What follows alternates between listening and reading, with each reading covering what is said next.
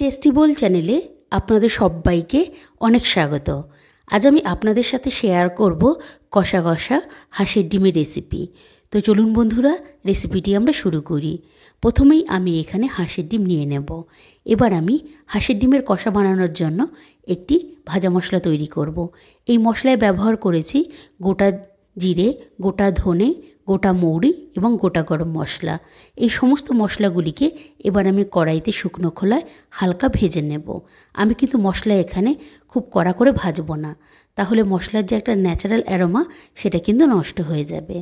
এবার আমি এই সমস্ত মশলাগুলিকে কড়াই থেকে একটি প্লেটের মধ্যে তুলে নেব। এবার আমি কড়াইতে ডিমগুলি সেদ্ধ করার জন্য জল দিয়ে দেব। এবার আমি জলের মধ্যে অল্প পরিমাণে একটু লবণও দিয়ে দেব। এবার আমি জলে এক এক করে ডিমগুলি সেদ্ধ করার জন্য দিয়ে দেব। এবার আমি ডিমগুলিকে ঢেকে বেশ ভালো মতন সেদ্ধ করে নেব। ডিম যখন সেদ্ধ হয়ে যাবে, এবার আমি ঢাকনা তুলে ডিমগুলিকে কড়াইয়ের থেকে নামিয়ে নেব।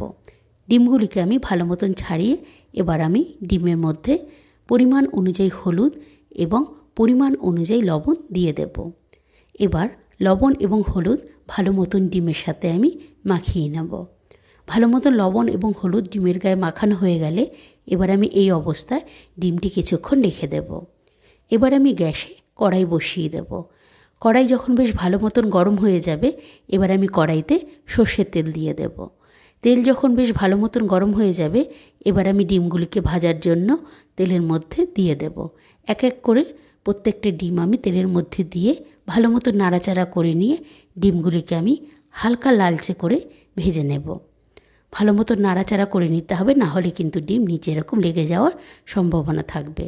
এবার যখন ডিমের কালার ঠিক এরকম চলে আসবে, তখনই কিন্তু আমি ডিমগুলিকে তেল থেকে একটি পাত্রের মধ্যে তুলে নেব।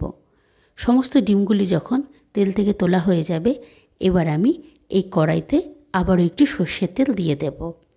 এবার তেল গরম হয়ে গেলে আমি ফোড়নে গোটা জিরে এবং শুকনো লঙ্কা দিয়ে দেব। ফোড়ন যখন বেশ ভালো মতন ভাজা হয়ে যাবে, এবার আমি এই তেলের মধ্যে কুচিয়ে রাখা পেঁয়াজ দিয়ে দেব। আমি কিন্তু এখানে পেঁয়াজ বেশ অনেকটা পরিমাণেই ব্যবহার করেছি। এবার আমি পেঁয়াজগুলিকে তেলের মধ্যে ভালো মতো নাড়াচাড়া করে নিয়ে বাদামি হওয়া পর্যন্ত কিন্তু ভাজতে থাকব।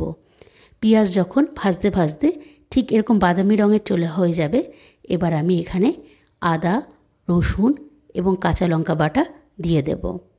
এবার আমি মশলাটি তেলে দিয়ে ভালো মতো নাড়াচাড়া করে নিয়ে আমি মশলাটি ভেজে নেব, যাতে মশলার যে একটা কাঁচা গন্ধ, সেই গন্ধটা যাতে চলে যায়।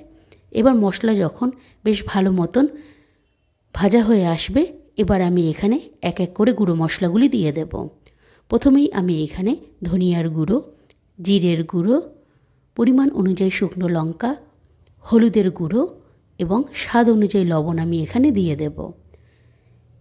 আমি কিন্তু এখানে খুবই অল্প পরিমাণে একটু চিনি ব্যবহার করেছি। আপনারা চাইলে চিনি ব্যবহার করতেও পারেন, আবার নাও পারেন।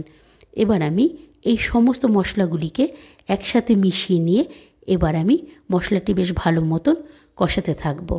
মশলা যত ভালো মতন কষানো হবে, ততই কিন্তু খেতে আরও ভালো লাগবে। এবার যখন মশলা কষাতে কষাতে তেল যখন মশলার থেকে আলাদা হয়ে আসবে, এবার এখানে আমি টমেটো এবং কাশ্মীরি লঙ্কা একসাথে পেস্ট করে রেখেছি, সেই পেস্ট আমি এবার এখানে দিয়ে দেব। এবার আমি মশলার সাথে ভালো মতন টমেটো বাটা মিশিয়ে নেব। ভালো মতন যখন মেশানো হয়ে যাবে এবং মশলার থেকে যখন তেল এরকম উপরে উঠে আসবে, এবার আমি এই মশলার মধ্যে আগের থেকে ভেজে রাখা যে হাঁসের ডিম, সেই ডিমগুলি আমি দিয়ে দেব। এবার মশলার সাথে ডিমগুলি ভালো মতো নাড়াচাড়া করে নিয়ে আমি কিছুক্ষণ মেশাতে থাকব। মেশানো হয়ে গেলে এবার আমি এখানে খুবই অল্প পরিমাণে একটু জল দিয়ে দেব। আমি কিন্তু এখানে জল খুব বেশি দেব না, খুব অল্প পরিমাণে জল দিয়ে এবার আমি ভালো মতন একটু নাড়াচাড়া করে নিয়ে তরকারিটি কিছুক্ষণ একটু ফুটতে দেব। তরকারি যখন বেশ ভালো মতন ফুটতে থাকবে এবং তরকারির থেকে যখন তেল একদম আলাদা হয়ে আসবে, এবার আমি এখানে আগের থেকে যে শুকনো খোলায় ভেজে রেখেছি যে মশলা, সেই মশলার গুঁড়ো কিন্তু আমি এখানে দিয়ে দেব। এবার আমি মশলার সাথে ভালো মতন তরকারিটি মিশিয়ে নিয়ে আমি এবার নামিয়ে নেব। দেখুন বন্ধুরা, কালার যেরকম সুন্দর হয়েছে, খেতেও কিন্তু অপূর্ব হয়। আপনারাও ঠিক এই পদ্ধতিতে একবার হাঁসের ডিমের কষা বাড়িতে ট্রাই করে দেখুন, বাড়ির প্রত্যেকেরই কিন্তু খুবই ভালো লাগবে। আজ তবে আসি বন্ধুরা, বাই।